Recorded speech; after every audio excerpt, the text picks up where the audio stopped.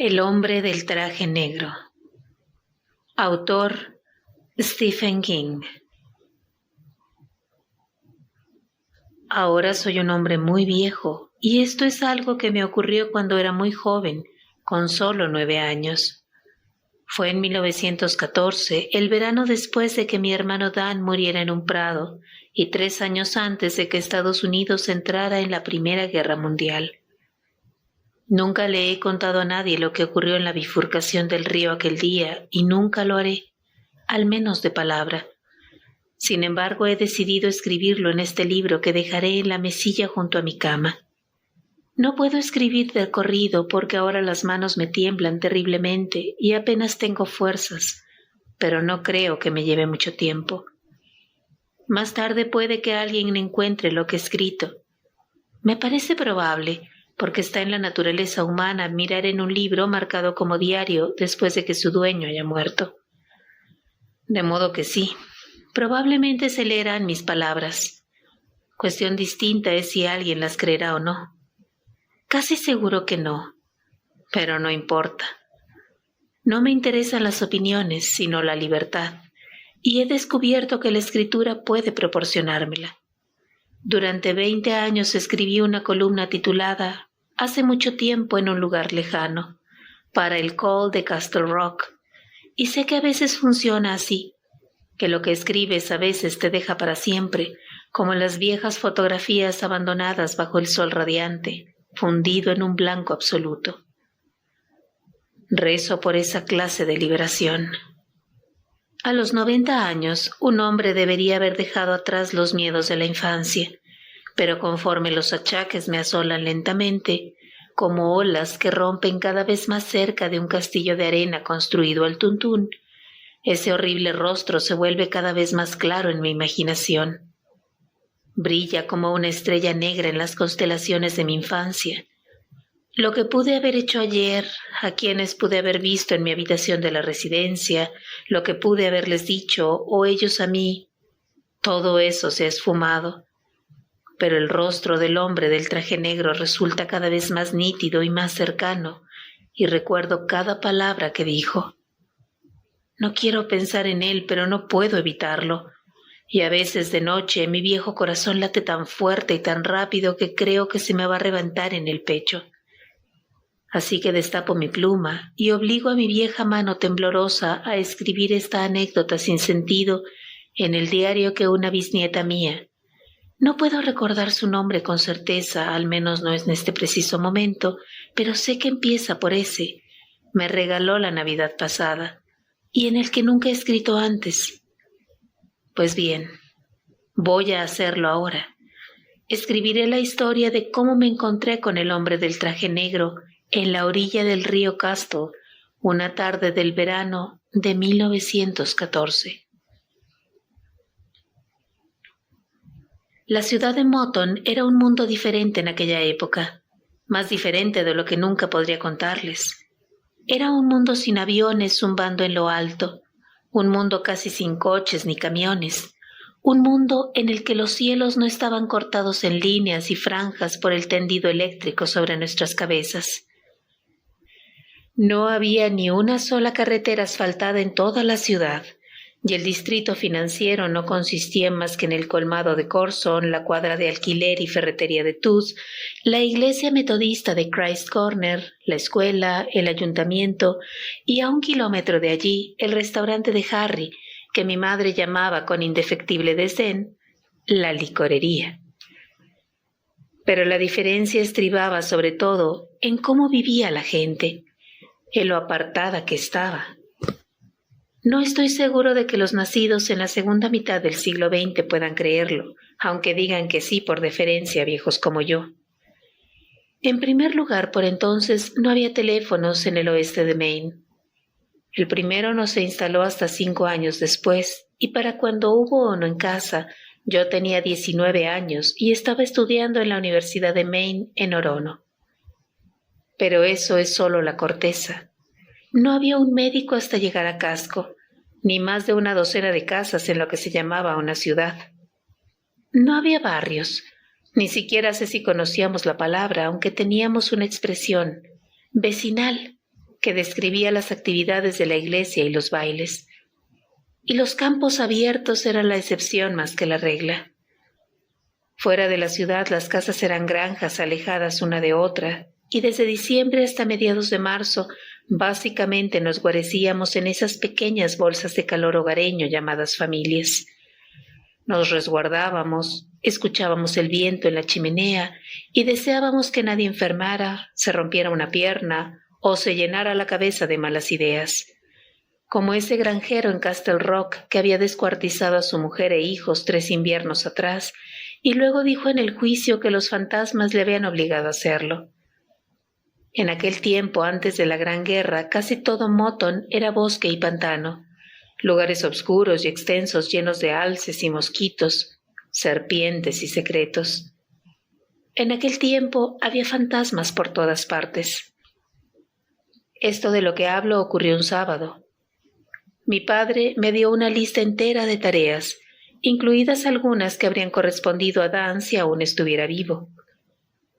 Dan era mi único hermano y había muerto por una picadura de abeja. Había pasado un año y mi madre todavía no quería oír hablar de aquello.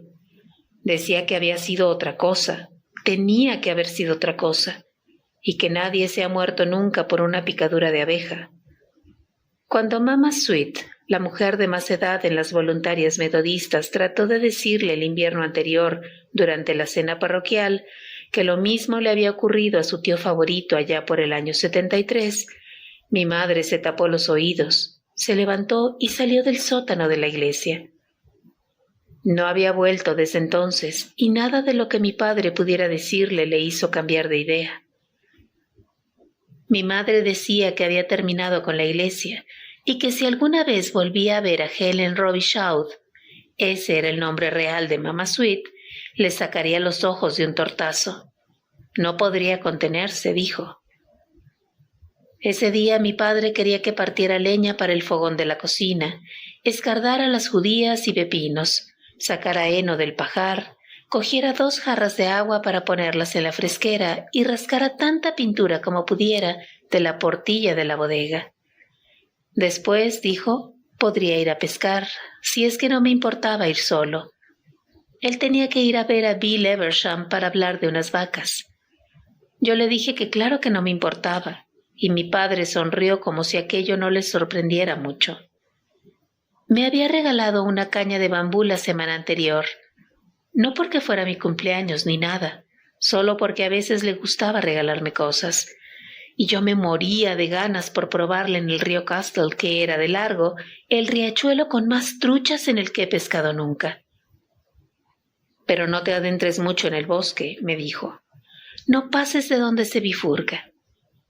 Sí, papá. Prométemelo. Te lo prometo. Ahora prométeselo a tu madre. Estábamos en la escalera de entrada. Mi padre me había parado cuando yo me dirigía a la fresquera con las jarras de agua, y a continuación me giró para situarme frente a mi madre, que estaba de pie junto a la encimera de mármol, envuelta en un torrente de intensa luz matinal que caía por las ventanas dobles sobre el fregadero.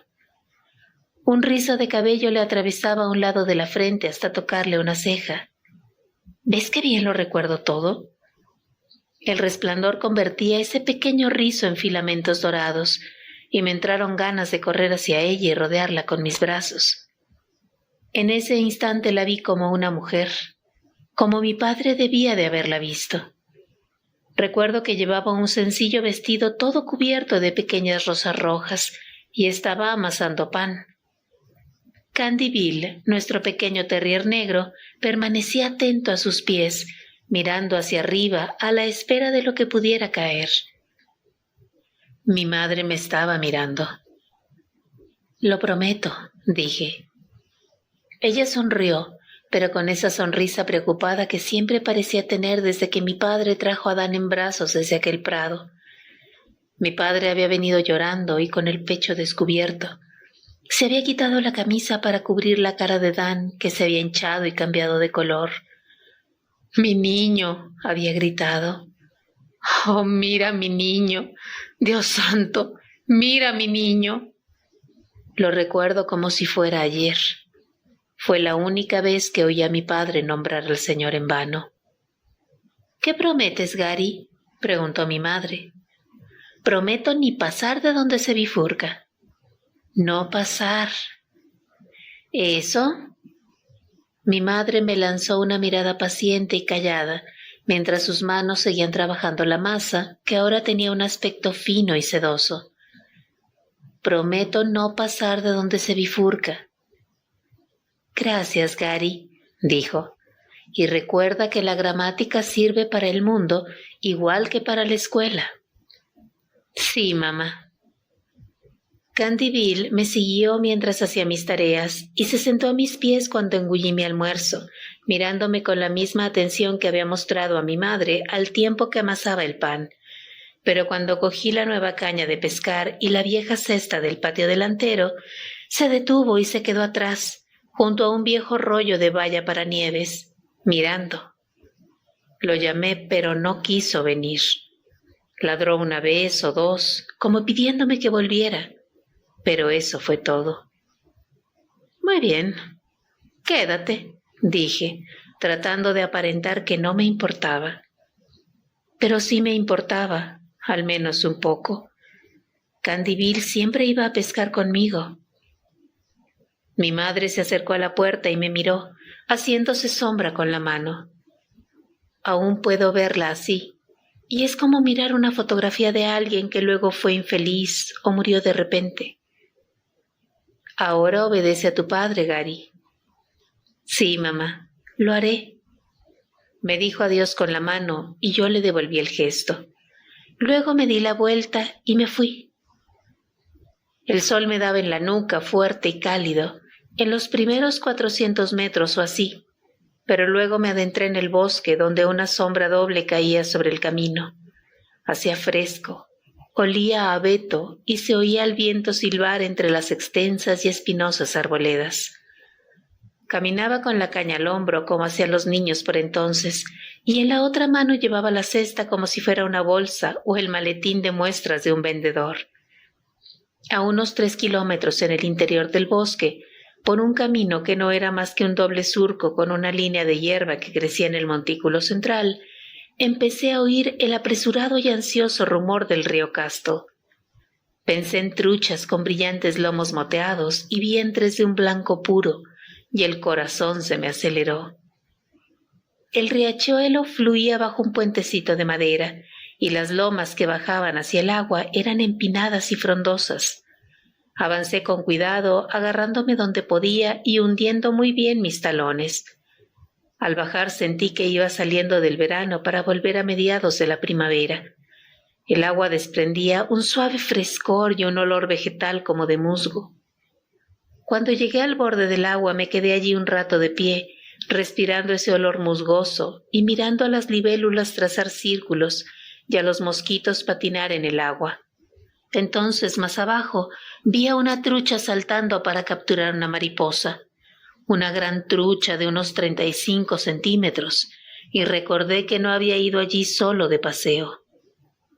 Caminé por la orilla siguiendo la corriente y mojé la caña por primera vez con el puente todavía a la vista río arriba. Algo tiró de la punta de mi caña hacia abajo una vez o dos y se comió medio gusano, pero aquel pez era demasiado astuto para mis manos de niño de 9 años, o quizá no estaba lo bastante hambriento para ser imprudente. Así que seguí. Me detuve en otros 2 o 3 sitios antes de llegar al lugar donde el Castle se bifurca para ir al sudoeste, hacia Castle Rock, y al sudeste, hacia el pueblo de Cahuacamac, y en uno de ellos pesqué la mayor trucha que he cogido nunca, una preciosidad que medía 50 centímetros de la cabeza a la cola según la pequeña regla que llevaba en la cesta. Era una trucha gigantesca incluso para aquel tiempo. Si hubiera aceptado aquello como un regalo suficiente para un día y me hubiera vuelto, ahora no estaría escribiendo. Y esto va a ser más largo de lo que pensaba, ya lo estoy viendo. Pero no lo hice. En vez de eso me puse manos a la obra con el pez, allí mismo y en ese momento. Tal como mi padre me había enseñado, limpiándolo, colocándolo sobre hierba seca en el fondo de la cesta y cubriéndolo luego de hierba húmeda, Y seguí. A los 9 años no pensaba que pescar una trucha de 50 centímetros fuera algo tan extraordinario, aunque sí recuerdo mi sorpresa al ver que el sedal no se había roto cuando, sin red ni tampoco maña, la jalé fuera del agua y la traje hacia mí en un torpe círculo lleno de coletazos. 10 minutos después llegué al lugar donde el río se dividía en aquel tiempo. Aquello hace mucho que desapareció. Ahora hay una colonia de dúplex donde antiguamente el Castle seguía su curso, y también una escuela municipal. Y si hay un arroyo, fluye a oscuras. Entonces el riachuelo se dividía alrededor de una enorme roca gris casi del tamaño del retrete anexo a nuestra casa. Allí había un espacio llano y agradable, herboso y suave, que daba a lo que mi padre y yo llamábamos la rama sur. Me puse de cuclillas, tiré el sedal al agua y casi de inmediato capturé una hermosa trucha arcoíris. No tenía el tamaño de la otra, solo 30 centímetros o así, pero con todo era un buen ejemplar. La limpié antes de que sus branquias dejaran de moverse, la guardé en la cesta y volví a tirar el sedal al agua. Esta vez no picó ningún pez inmediatamente, así que me tumbé y me puse a mirar la franja azul de cielo que podía verse a lo largo del arroyo. Las nubes pasaban flotando de oeste a este y traté de pensar sacarles parecido. Vi un unicornio, después un gallo y luego un perro que se asemejaba un poco a Candy Bill. Estaba esperando la siguiente nube cuando me quedé amodorrado o quizás dormido. No estoy seguro. Solo sé que fue un tirón en mi sedal tan fuerte que casi me arranca la caña de bambú de la mano lo que me devolvió aquella tarde. Me senté, agarré la caña y de pronto me di cuenta de que algo se había posado en la punta de mi nariz. Crucé los ojos y vi una abeja. Sentí que el corazón se me paraba en el pecho y durante un terrible segundo tuve la certeza de que iba a mojar los pantalones. Se repitió el tirón en el sedal más fuerte esta vez, pero aunque yo mantuve bien agarrado el extremo de la caña para que no fuera arrastrada al arroyo y quizá llevada por la corriente, creo que incluso tuve el suficiente aplomo para aflojar el sedal con mi dedo índice, no hice ningún esfuerzo por tirar de mi presa. Toda mi aterrorizada atención estaba fija en aquella cosa gorda, negra y amarilla que usaba mi nariz como área de descanso. Lentamente desplegué mi labio inferior y soplé hacia arriba. La abeja se agitó un poco, pero permaneció en su sitio. Volví a soplar y la abeja volvió a agitarse, pero esta vez también pareció impacientarse y no me atreví a soplar más por miedo a que se enfadara del todo y me diera un picotazo. La tenía demasiado cerca para distinguir lo que estaba haciendo, pero era fácil imaginarla clavando su aguijón en uno de los agujeros de mi nariz y lanzando su veneno nariz arriba hacia mis ojos y hacia mi cerebro. Me saltó una terrible idea, que aquella era la misma abeja que había matado a mi hermano. Sabía que no era verdad, y no solo porque las abejas probablemente no viven más que un solo año, excepto quizás las reinas, en su caso no estaba tan seguro. No podía ser verdad porque las abejas mueren cuando pican, e incluso a los 9 años yo lo sabía. Tienen los aguijones dentados, y cuando echan a volar después de realizar su proeza se destrozan. Con todo, la idea persistió. Aquella era una abeja especial, una abeja diabólica, y había vuelto para acabar con el otro hijo de Albión y Loreta. Y hay otra cosa. Ya me habían picado abejas antes, y aunque las picaduras se habían hinchado quizá más de lo normal, no puedo asegurarlo, no había muerto a causa de ello. Eso solo le tocó a mi hermano, una terrible trampa que le había sido tendida en plena pubertad, una trampa de la que de algún modo yo había escapado. Pero mientras visqueaba hasta que me dolieron los ojos en un intento de enfocar a la abeja, la lógica no existía. Lo que existía era la abeja, nada más. La abeja que había matado a mi hermano con tal saña que mi padre se había bajado los tirantes del peto para quitarse la camisa y tapar la cara hinchada y embotada de Dan. Incluso en medio de su más profundo dolor, Mi padre había hecho eso porque no quería que su mujer viera en lo que se había convertido su hijo mayor. Ahora había vuelto la abeja e iba a matarme. Iba a matarme, yo iba a morir convulsionándome sobre la orilla, sacudiéndome igual que una trucha cuando le quitas el anzuelo de la boca. Mientras estaba allí sentado al borde del pánico, con ganas simplemente de levantarme de un salto y salir corriendo a cualquier sitio, oí un ruido a mis espaldas, tan brusco e imperioso como un disparo, pero supe que no era un disparo. Era alguien dando una palma, una sola palmada. Justo cuando sonó, la abeja rodó por mi nariz y cayó en mi muslo con las patas hacia arriba y el aguijón convertido en un inofensivo hilo negro sobre la vieja y raspada pana marrón. Enseguida vi que estaba tiesa como la mojama. En ese mismo momento la caña dio otro tirón, el más fuerte de todos, y casi volví a perderla. Agarré la caña con las dos manos y le di un gran y estúpido tirón que habría hecho que mi padre se llevara las manos a la cabeza de haber estado allí para verlo. Una trucha arcoíris, bastante más grande que la que ya había pescado antes, salió húmedo y aleteante del agua, centelleando y esparciendo gotitas de agua por los filamentos de la cola. Parecía una de esas imágenes idealizadas que solían aparecer en las portadas de revistas masculinas como True y Men's Adventure, allá por los años 40 y 50.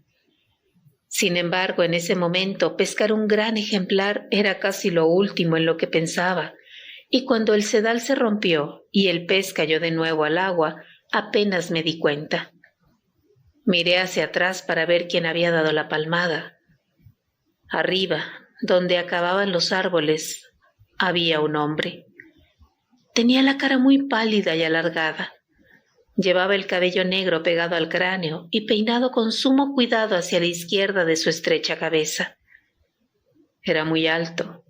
Llevaba un traje negro de 3 piezas y supe al instante que no era un ser humano porque los ojos eran entre rojos y anaranjados, como las llamas de una estufa de leña.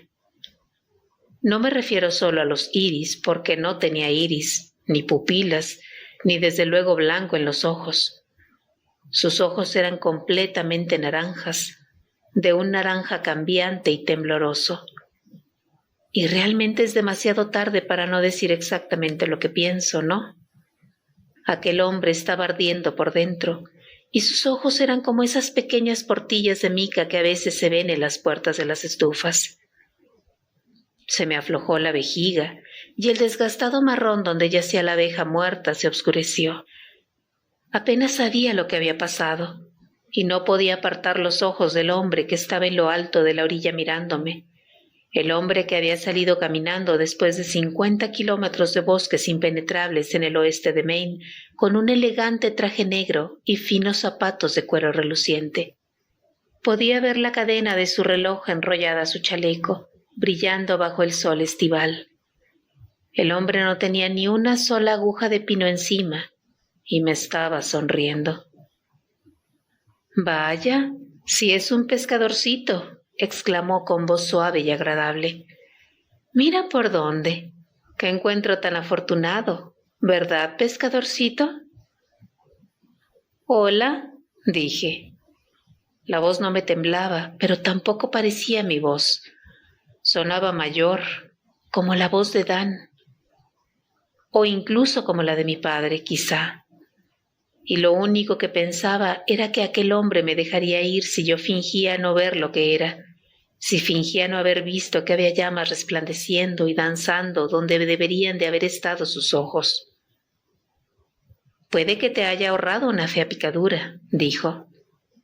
Y vi con horror que empezaba a bajar por la loma hasta donde yo estaba sentado con una abeja muerta en el muslo mojado y una caña de bambú en mis manos entumecidas.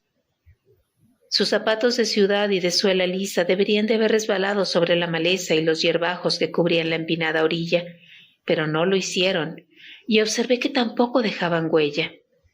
Allí donde sus pies habían pisado, o parecían haber pisado, no había ni una sola rama rota, ni una hoja aplastada, ni siquiera una huella de zapato.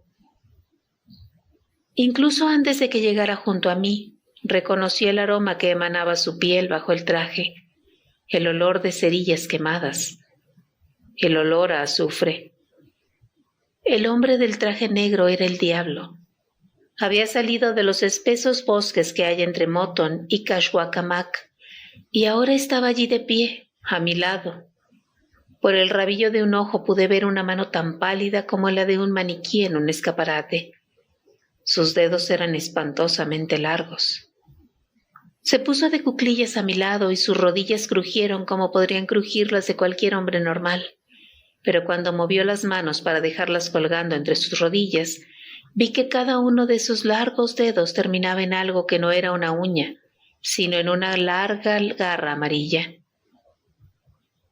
«No has respondido a mi pregunta, pescadorcito», dijo con su suave voz. Era, ahora que lo pienso, como la voz de uno de esos locutores de radio en los programas con orquesta de algunos años después, esos que anunciaban Geritol, Cerután, Ovaltine y las pipas del doctor Bravo. «Qué encuentro tan afortunado, ¿verdad, pescadorcito?» «Por favor, no me haga daño», susurré tan bajito que apenas me oí. Estaba más asustado de lo que puedo describir, más asustado de lo que quiero recordar. Pero me acuerdo perfectamente. No se me pasó por la cabeza esperar que aquello fuera un sueño, como supongo que hubiera hecho, quizá de haber sido mayor. Pero no era mayor. Tenía 9 años y reconocía la verdad cuando ésta se acuclillaba a mi lado. Sabía distinguir un pájaro de un halcón, como habría dicho mi padre. El hombre que había salido del bosque aquella tarde de sábado a mediados de verano era el diablo, y tras las cuencas vacías de sus ojos su cerebro ardía. «Vaya, ¿qué estoy oliendo?», preguntó, como si no me hubiera oído, aunque yo sabía que lo había hecho. «Estoy oliendo a... ¿mojado?». Se inclinó hacia mí con la nariz hacia afuera, como el que quiere oler una flor, y noté algo espantoso. A medida que la sombra de su cabeza avanzaba por la orilla, la hierba de debajo amarillaba y moría. El hombre bajó la cabeza hacia mis pantalones y olfateó. Entrecerró sus ojos resplandecientes como si hubiera inhalado un aroma sublime y no quisiera concentrarse en nada más. «¡Oh, guarrería!», exclamó. «Dulce guarrería». Y entonces se puso a cantar. «Ópalo, diamante, zafiro, azabache. Gari, huelo tu brebaje». Luego se tiró sobre su espalda en aquel pequeño llano y se puso a reír como un loco. Pensé en echar a correr, pero mis piernas parecían estar a 1000 kilómetros de mi cerebro. Sin embargo, no lloré. Había mojado mis pantalones como un bebé, pero no lloraría. Estaba demasiado asustado para llorar. De pronto supe que iba a morir, y probablemente de forma dolorosa. Pero lo peor de todo es que puede que aquello no fuera lo peor. Lo peor quizá viniera después de que yo estuviese muerto. De repente el hombre se sentó y el olor a cerillas quemadas que desprendía su traje me produjo una arcada. Me miró con gravedad, con su cara blanca y alargada y sus ojos encendidos, pero también con aire risueño. Ese aire risueño nunca lo abandonaba. «Malas noticias, pescadorcito», dijo. «Te traigo malas noticias». No podía hacer otra cosa más que mirarlo. El traje negro, los finos zapatos negros, los largos dedos blancos rematados no por dedos, sino por garras. «Tu madre ha muerto». «No», grité. Recordé a mi madre haciendo pan, con el rizo cruzándole la frente hasta rozar su ceja, envuelta en la intensa luz de la mañana, y de nuevo me invadió el terror, pero esta vez no por mí. Luego recordé su aspecto cuando salí por la caña, de pie en la puerta de la cocina, haciéndose sombra con las manos, y que en ese momento me pareció haber visto la imagen de alguien a quien esperas volver a ver, pero no verás más.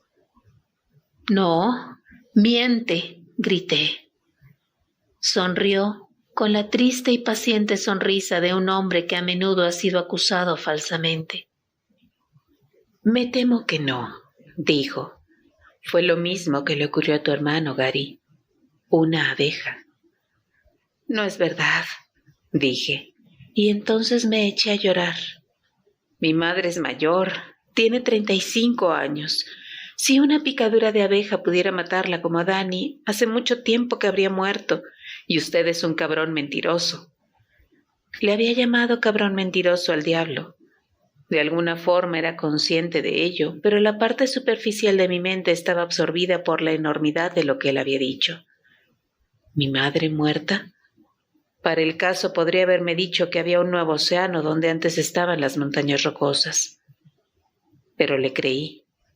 En cierta forma le creí completamente, como siempre creemos en cierta forma lo peor que podríamos imaginar. Entiendo tu dolor, pescadorcito, pero me temo que ese argumento no se sostiene.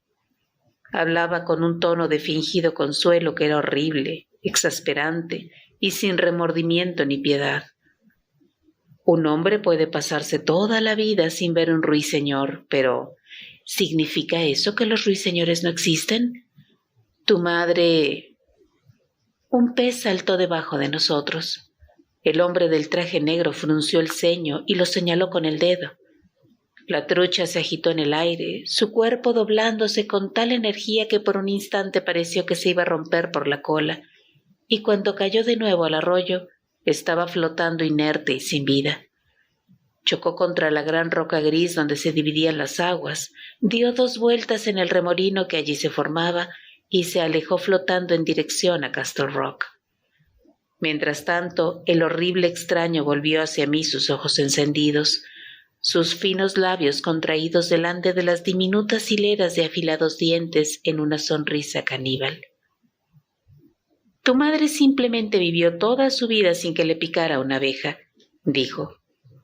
Y entonces, de hecho hace menos de una hora, una entró volando por la ventana de la cocina mientras ella sacaba el pan del horno y lo ponía a enfriar sobre la encimera. No, no voy a oír esto, no voy a hacerlo. Levanté las manos y me tapé los oídos. El hombre frunció los labios como si fuera a silbar y me sopló suavemente.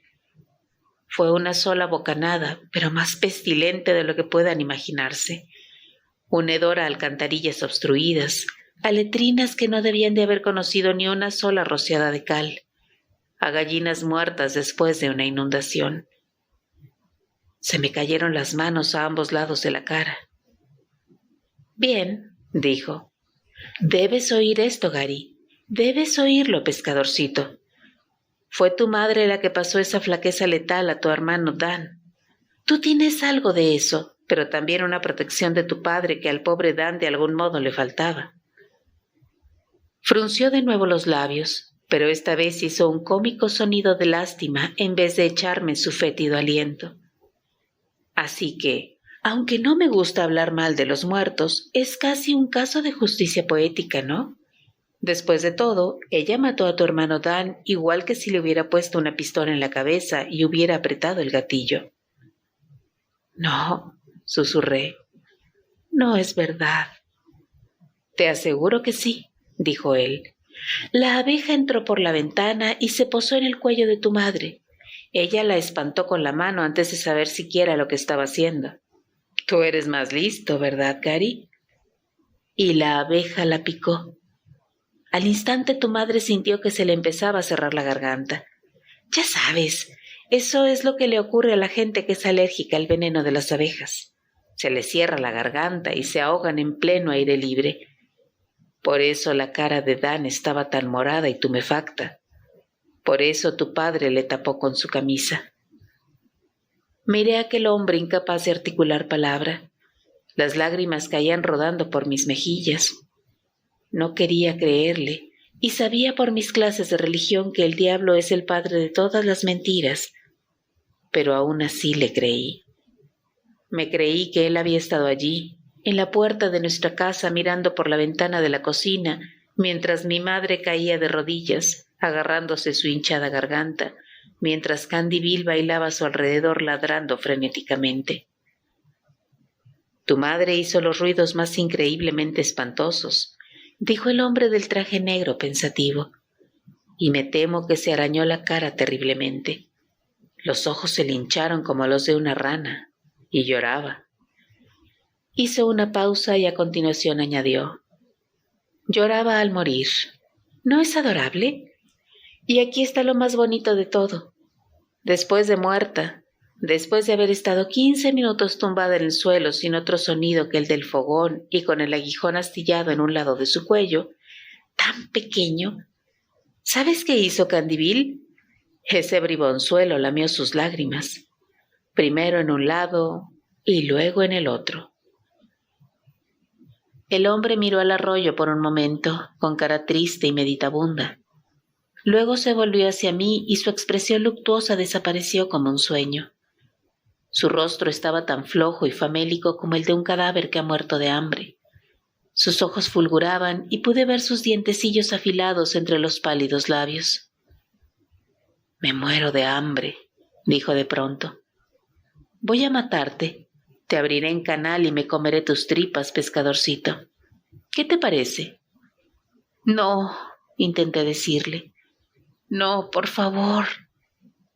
Pero ni un sonido salió de mi boca. Comprendí que lo decía en serio. Realmente lo decía en serio.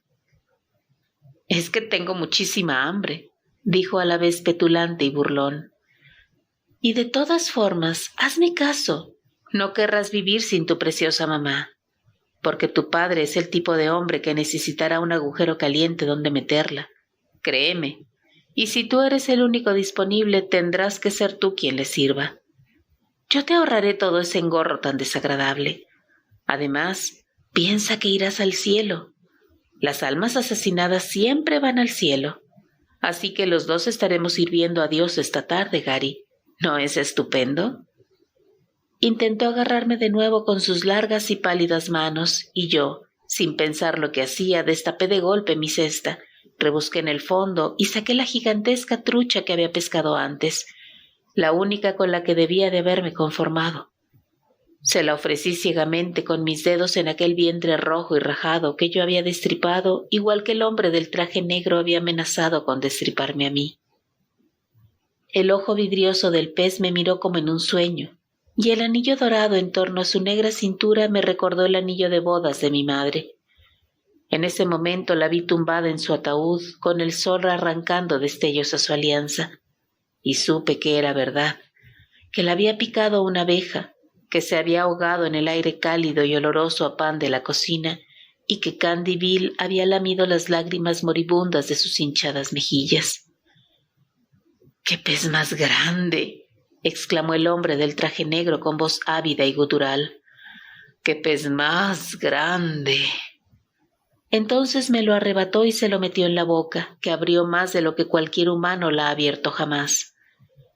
Muchos años después, cuando tenía 65, sé que tenía 65 porque fue el verano en que me jubilé de la enseñanza, fui al acuario de Nueva Inglaterra y por fin vi un tiburón. La boca del hombre del traje negro era como las fauces abiertas del tiburón, solo que su garganta era de un rojo llameante, del mismo color que sus horribles ojos, y sentí en mi cara el calor que emanaba, igual que sentimos una súbita oleada de calor salir de una chimenea cuando prende un trozo de leña seca. Y tampoco me inventé ese calor, estoy seguro, porque justo antes de que deslizara la cabeza de mi trucha de 50 centímetros entre sus enormes garras, vi las escamas a ambos lados del pez elevarse y retorcerse como trozos de papel flotando sobre una incineradora abierta. El hombre del traje negro engulló el pez igual que un artista ambulante se traga una espada. No masticó y sus ojos refulgentes se hincharon como si estuviera haciendo un gran esfuerzo. El pez fue entrando poco a poco, la garganta del hombre cada vez más hinchada a medida que lo iba engullendo, y entonces él empezó a derramar lágrimas, solo que eran lágrimas de sangre morada y espesa. Creo que fue la visión de esas lágrimas sanguinolentas lo que me hizo recomponerme. No sé por qué, pero creo que fue aquello. Me levanté de un salto como movido por un resorte. Me di la vuelta con la caña de bambú todavía en una mano y huí orilla arriba, doblando y arrancando correosos arbustos con la otra en un intento de subir la cuesta más rápidamente. El hombre hizo un ruido furioso y estrangulado, el sonido de alguien que tiene la boca demasiado llena, y miré hacia atrás justo al llegar arriba. Venía hacia mí, con el faldón de su chaqueta ondeando y la fina cadena dorada del reloj destellando y relampagueando bajo el sol. La cola del pez aún sobresalía en su boca, y yo podía oler el resto del animal asándose en el horno de su garganta. Trató de cogerme lanzando sus garras, y yo huí por lo alto de la cuesta. Al cabo de unos 100 metros recobré la voz y me puse a gritar, de miedo, por supuesto, pero también de dolor por mi preciosa madre muerta. Él avanzaba detrás de mí. Podía oírlo chascando ramas y batiendo arbustos, pero no eché la vista atrás. Bajé la cabeza, entorné los ojos para protegerlos de los arbustos y ramas bajas que colgaban a lo largo de la orilla del río y corrí tan rápido como pude. A cada paso esperaba sentir sus manos bajando por mis hombros y tirando de mí en un ardiente abrazo final. Pero no ocurrió.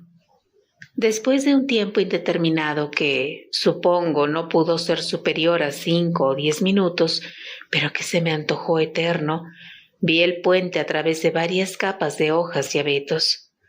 Todavía gritando, pero ya sin aliento, como una tetera que casi se ha quedado sin agua, alcancé la segunda cuesta, más empinada, y emprendí la subida. A medio camino de la cima me resbalé y caí de rodillas. Miré hacia atrás y vi al hombre del traje negro pisándome casi los talones, con su blanco rostro convulso de furia y ansia. Tenía las mejillas salpicadas de lágrimas sanguinolentas y su boca de tiburón abierta como un cepo. «Pescadorcito», rugió, subiendo la colina tras de mí y agarrándome un pie con su larga mano. Me zafé, me volví y le tiré la caña de pescar. Él la esquivó fácilmente agachándose, pero de algún modo se le enredó en los pies y le hizo caer de rodillas. No esperé a ver más. Me di la vuelta y escapé hacia lo alto de la cuesta. Casi resbalé al llegar arriba, pero pude agarrar uno de los puntales que iban por debajo del puente y salvarme. «No escaparás, pescadorcito», exclamó a mis espaldas con un tono que parecía a la vez furioso y risueño. «Hace falta más que un bocadito de trucha para saciarme». «Déjeme en paz», le grité. Agarré la barandilla del puente y me lancé por encima en una torpe voltereta, llenándome las manos de astillas y golpeándome la cabeza con tal fuerza contra las tablas que, al caer contra el suelo, vi las estrellas. Rodé sobre mi vientre y empecé a gatear. Trastabillando logré incorporarme antes de llegar al final del puente. Tropecé una vez, cogí ritmo y entonces eché a correr. Corrí como solo pueden hacerlo los niños de 9 años, como el viento. Sentía que mis pies solo tocaban el suelo cada 3 o 4 zancadas. Y quién sabe, puede que así fuera. Corrí en línea recta por el lado derecho del camino, corrí hasta que me palpitaron las sienes y los ojos me latían en sus cuencas. Corrí hasta sentir una fuerte punzada en el costado izquierdo, desde la parte baja de las costillas a la axila. Corrí hasta notar un regusto a sangre y algo parecido a virutas de metal en el paladar. Cuando ya no pude correr más, me detuve dando tumbos y miré hacia atrás jadeando y resoplando como un caballo asmático. Estaba convencido de que iba a ver al hombre justo detrás de mí, con su impecable traje negro, la cadena de reloj como un círculo reluciente alrededor del chaleco y sin un solo cabello fuera de lugar. Pero había desaparecido. El camino que llevaba de vuelta al arroyo entre la amenazante masa de pinos y abetos estaba vacío. Y no obstante sentí su presencia en algún lugar, cerca de aquellos bosques, mirándome con sus ojos llameantes y oliendo a cerillas quemadas y a pescado asado. Me volví y eché a andar lo más rápido que pude. Cojeaba un poco. Sentía tirones en ambas piernas y cuando me levanté de la cama a la mañana siguiente estaba tan dolorido que apenas si podía caminar. Pero en ese momento no lo noté. No hacía más que volver la vista atrás para comprobar una y otra vez que el camino seguía vacío a mis espaldas. Y lo estaba cada vez que miré, pero esas rápidas ojeadas parecían aumentar mi miedo en vez de mitigarlo. Los abetos parecían más oscuros y espesos, y yo no paraba de imaginar lo que había detrás de los árboles que flanqueaban el camino, largos y enmarañados pasillos de bosque, trampas rompehuesos, barrancos donde podría vivir cualquier cosa. Hasta aquel sábado de 1914 creía que los osos eran lo peor que puede albergar el bosque. Ahora sé que no. Unos 2 kilómetros más adelante, justo pasando el lugar donde el camino salía del bosque y se unía al camino de Gigan Flat, vi a mi padre que venía hacia mí silbando el viejo cubo de roble.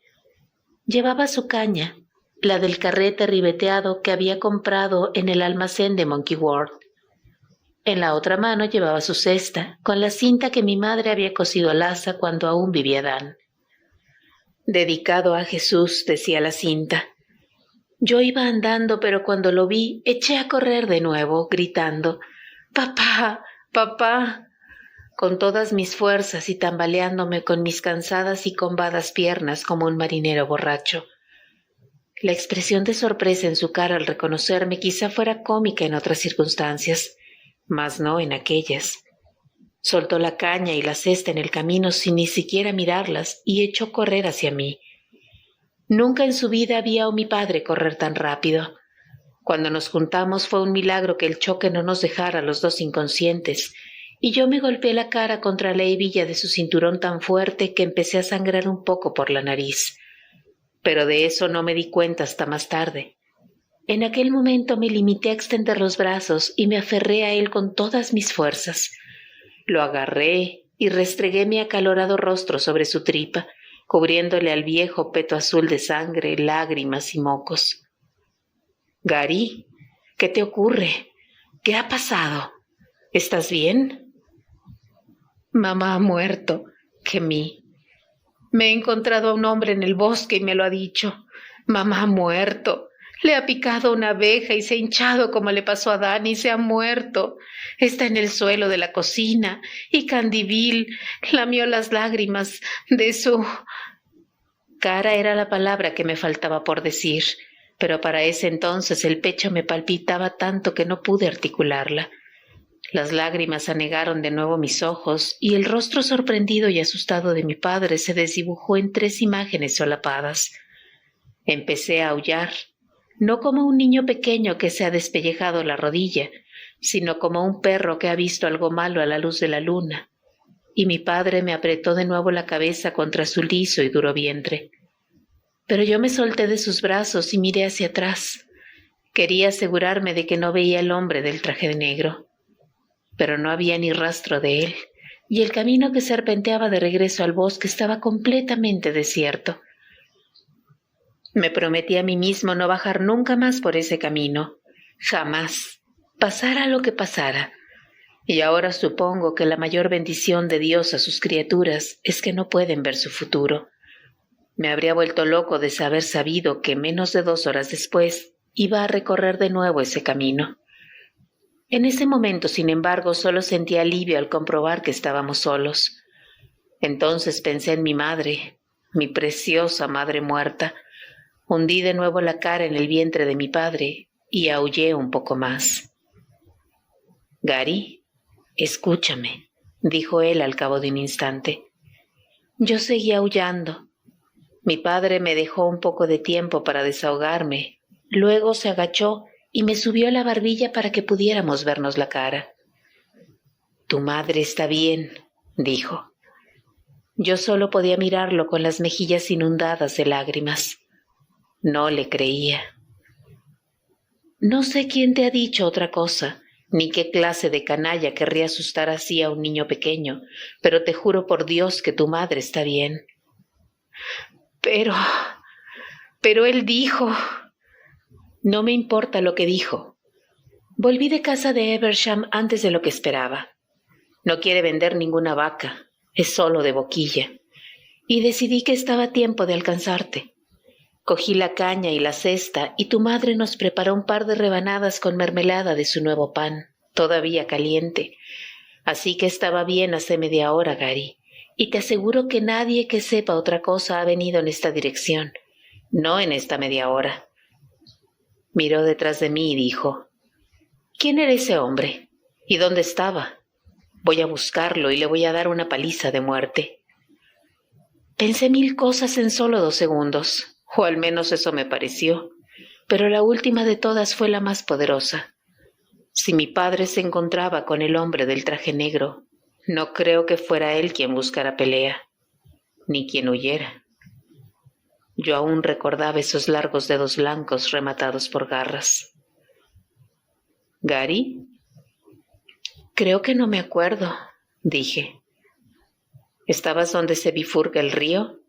¿En la roca grande? Nunca pude mentir a mi padre cuando me hacía una pregunta directa, ni siquiera para salvar su vida o la mía. Sí, pero no vayas allí, dije agarrándolo del brazo con las 2 manos y tirando de él con fuerza. Por favor, no vayas. Ese hombre daba miedo. Entonces me vino la inspiración como un fogonazo. Creo que llevaba una pistola. Mi padre me miró pensativo. Puede que no hubiera ningún hombre, dijo elevando un poco el tono de la última palabra hasta convertirla en algo que era casi, aunque no del todo, en una pregunta. Quizá te quedaste dormido mientras pescabas y tuviste una pesadilla, como la que tuviste sobre Dani el invierno pasado. Había tenido un montón de pesadillas sobre Dan el invierno anterior, sueños en los que yo abría la puerta del armario o la que daba el acceso al oloroso lagar y lo veía allí de pie, mirándome con su rostro violáceo y estrangulado. Después de muchas de esas pesadillas me despertaba gritando y despertaba también a mis padres. Igualmente me había quedado dormido un rato a la orilla del riachuelo, amodorrado en cualquier caso, pero no había soñado nada y estaba seguro de haberme despertado justo antes de que el hombre del traje negro matara a la abeja de una palmada que la hizo desplomarse desde mi nariz hasta mi muslo. No lo había soñado como había soñado lo de Dan, de eso estaba seguro, aunque mi encuentro con aquel hombre ya había adquirido una cualidad onírica en mi mente, como supongo que siempre ocurre con los hechos sobrenaturales. Pero si mi padre creía que aquel hombre solo existía en mi cabeza, quizá fuera lo mejor. Mejor para él. Supongo que pudo ser eso, dije. Bueno, debemos volver y encontrar la caña y la cesta. Mi padre de hecho se puso a andar en esa dirección y tuve que tirarle frenéticamente del brazo para detenerlo y hacer que se diera la vuelta. Luego le dije: por favor, papá, quiero ver a mamá. Tengo que verla con mis propios ojos. Mi padre se lo pensó y a continuación asintió con la cabeza. Supongo que sí. Primero iremos a casa y luego cogeremos la caña y la cesta. Así que volvimos caminando juntos a la granja, mi padre con la caña al hombro como uno cualquiera de mis amigos, yo llevando su cesta y los 2 comiendo rebanadas del pan de mi madre, untados con mermelada de grosella. ¿Has pescado algo?, me preguntó mi padre cuando divisamos el granero. Sí, una trucha arcoíris bastante grande. Y una trucha de arroyo mucho más grande, pensé, pero no se lo dije. En verdad, la más grande que he visto en mi vida, pero no la tengo para enseñártela. Se la di al hombre del traje negro para que no me comiera, y funcionó por los pelos. ¿Eso es todo? ¿Nada más? Después de pescarla me quedé dormido. No era propiamente una respuesta, pero tampoco una mentira en realidad. Tuviste suerte de no perder la caña. Porque no la perdiste, ¿verdad, Gary? No, dije reticentemente. Mentir sobre aquello no habría servido de nada ni aunque fuera capaz de inventarme una patraña. No si él estaba decidido a volver de todas formas por mi caña, y pude ver en su cara que sí lo estaba. Más adelante, Candyville vino corriendo desde la puerta trasera ladrando como un loco y moviendo las ancas de un lado a otro como hacen los terrier cuando están nerviosos. No pude esperar más. La esperanza y la angustia borboteaban en mi garganta como la espuma. Dejé atrás a mi padre y eché a correr hacia la casa, con su cesta todavía en la mano, y convencido en lo más profundo de mi corazón de que iba a encontrar a mi madre muerta en el suelo de la cocina, con la cara hinchada y tumefacta como la de Dan cuando mi padre lo trajo de aquel prado, gritando e invocando el nombre del Señor. Pero mi madre estaba de pie junto a la encimera, tan sana y salva como cuando la dejé, tarareando una canción mientras pelaba guisantes en un cuenco. Me echó una ojeada, primero sorprendida y luego asustada al reparar en mis ojos muy abiertos y en mis pálidas mejillas. «Gary, ¿qué te pasa? ¿Qué ocurre?» No respondí, tan solo corrí hacia ella y la cubrí de besos. En algún momento mi padre entró y dijo: «No te preocupes, Lo, el chico está bien. Es solo que ha tenido una de sus pesadillas cuando estaba junto al arroyo». «Dios quiera que sea la última», dijo mi madre, y me abrazó más fuerte mientras Candyville bailaba en torno a nuestros pies, ladrando como loco. «No tienes que venir si no quieres, Gary», dijo mi padre. Sin embargo, ya había dejado claro que pensaba que debía ir, que debía volver a enfrentarme a mis miedos, como supongo que diría la gente hoy en día. Eso estaba muy bien para terrores inventados, pero las últimas 2 horas no habían hecho mucho por cambiar mi convicción de que el hombre del traje negro había sido real. Sin embargo, no sería capaz de convencer a mi padre de aquello. No creo que haya habido nunca un niño de 9 años capaz de convencer a su padre de que ha visto al diablo salir del bosque con un traje negro. «Iré», dije. Había salido de la casa para unirme a él antes de que se marchara, armándome de valor para ponerme en marcha, y ahora estábamos de pie junto al tajo en el patio lateral, no lejos de la pila de leña. «¿Qué llevas detrás de la espalda?», preguntó. Se lo enseñé. Iba a acompañarle y esperaba que el hombre del traje negro con el cabello completamente liso peinado hacia la izquierda se hubiera esfumado, pero si no, quería estar preparado, tan preparado como fuera posible en cualquier caso. Llevaba en la mano la Biblia familiar que había sacado de detrás de mi espalda. Había pensado llevar mi Nuevo Testamento, que había ganado por memorizar el mayor número de salmos en la competición de los jueves por la noche en la Hermandad Juvenil. Conseguí memorizar 8, aunque la mayoría de ellos, exceptuando el 23, se me había borrado de la mente al cabo de una semana. Pero el pequeño testamento rojo no parecía suficiente cuando tal vez me enfrentara al mismísimo diablo, ni siquiera con las palabras de Jesús marcadas con tinta roja. Mi padre vio la vieja Biblia hinchada de documentos familiares y fotos y creí que me iba a hacer devolverla a su sitio, pero no lo hizo. Una expresión de tristeza mezclada con compasión atravesó su rostro y asintió con la cabeza. «Está bien», dijo.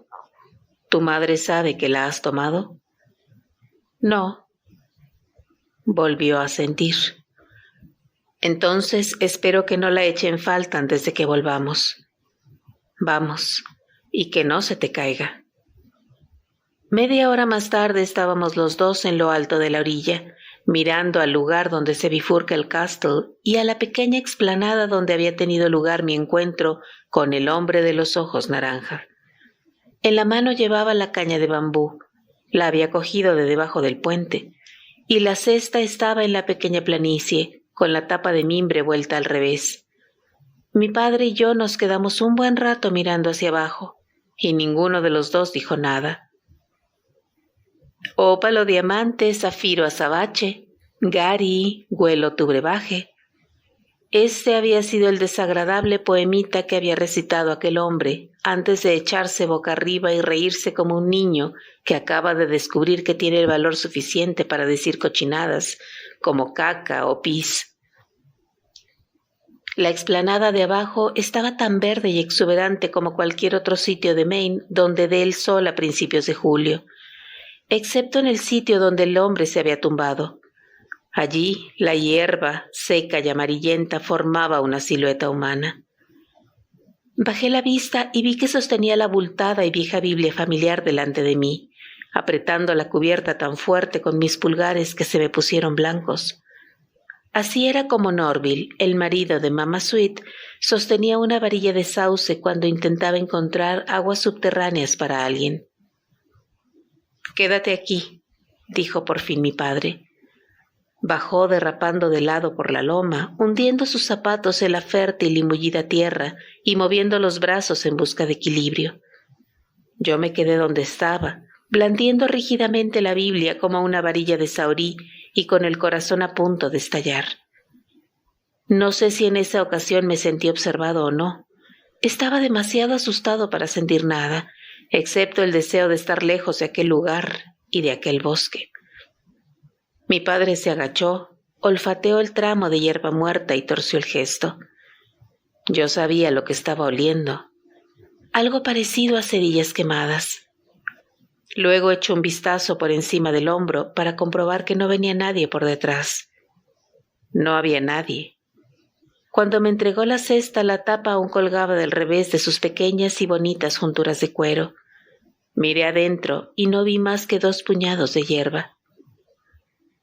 «¿No dijiste que habías cogido una trucha arcoíris?», dijo mi padre, «aunque puede que también lo soñaras». Algo en su tono me picó. «¿No?», dije. «Sí que la pesqué». «Bueno, lo que es seguro es que no se escapó de un coletazo. No, si estaba limpia y destripada.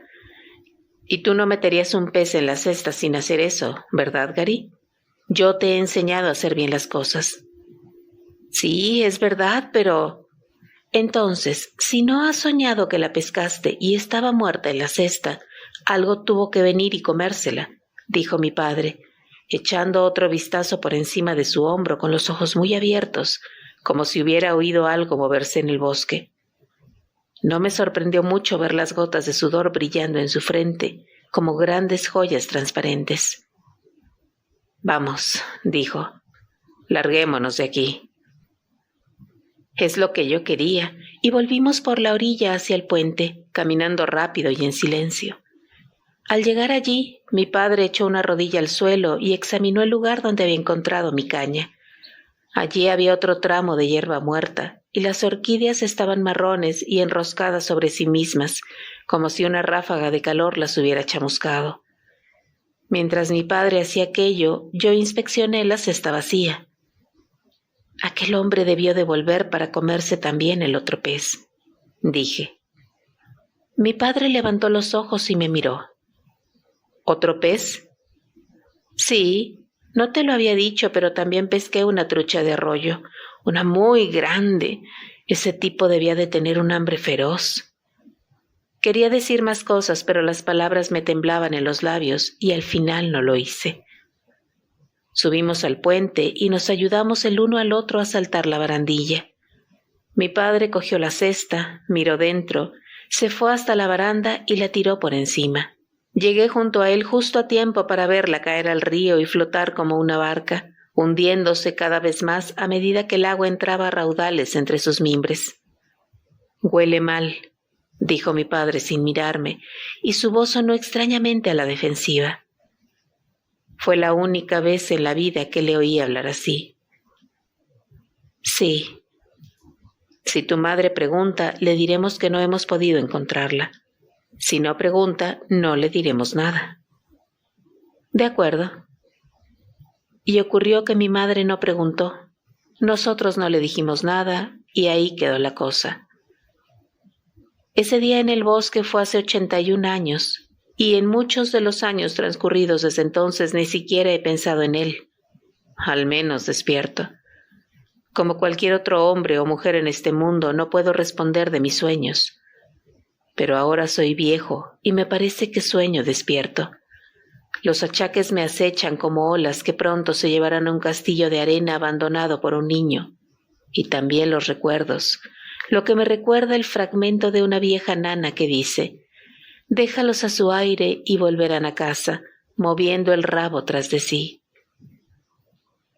Recuerdo cosas que comí, juegos a los que jugué, chicas a las que besé en el guardarropa del colegio cuando jugábamos al cartero, chicos con los que hice amistad, el primer trago que tomé, el primer cigarrillo que fumé, tabaco de hoja de maíz detrás de la posilga de Dickie Hammer, y vomité.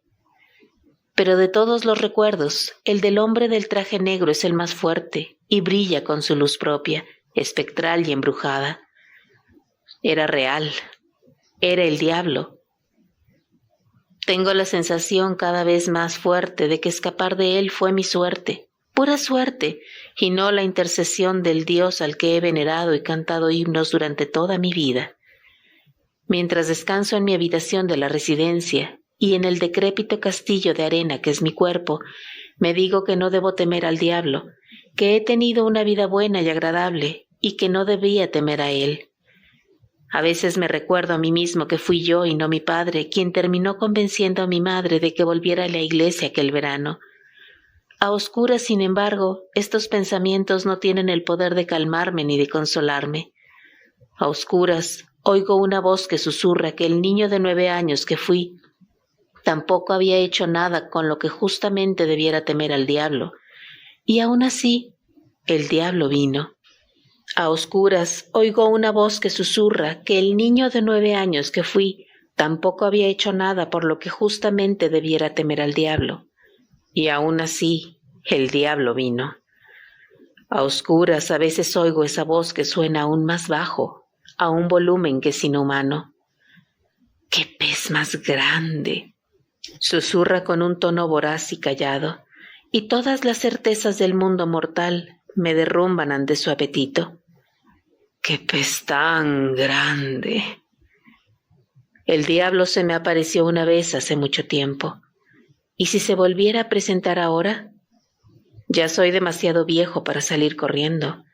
Ni siquiera puedo ir y volver del baño sin el andador. Tampoco tengo una trucha grande y hermosa para aplacarlo ni siquiera por un segundo. Soy viejo y mi cesta está vacía. ¿Y si el diablo volviera y me encontrara así? ¿Y si todavía estuviera hambriento?